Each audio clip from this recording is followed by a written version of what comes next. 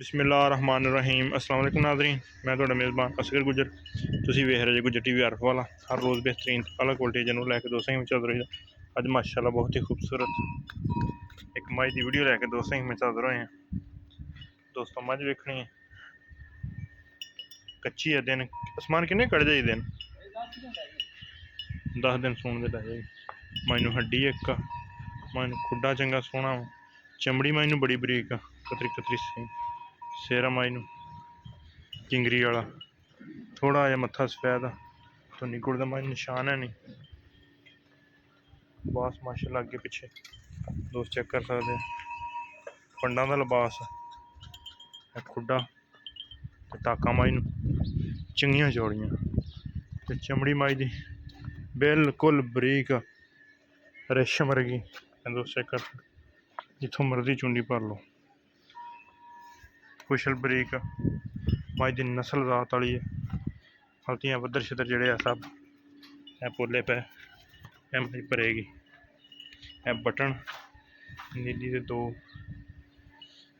मज इंशाल्लाह पूरा लिबास बनाएगी। आसमान किनवा सुहा सोना माई तीसरा सुहा सोना ठीक हो गया भाई दोस्त। तीसरा मैंने सुहा सोना सूण दे किन्ने दिन कट जाएगी। सूण दे 10 दिन लै जाएगी। थना थुना दी बिल्कुल पाक साफ दुद्ध भी चंगा देगी।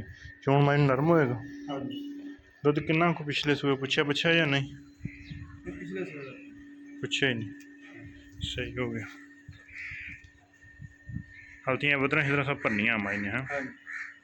तीसरा सूआ इन्हें सोना होना है तो यदा जो सोना या तो प्यार मोहब्बत वाला रेट किन्ना करते हैं 3 लाख ते 50,000 रुपया।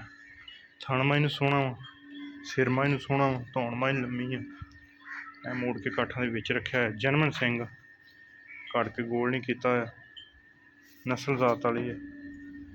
थन माइने चारे बराबर लेकिन हल्दी माइने थन भी सोहना करना वा जिवें जिवें माइने चड्डा भरना वा।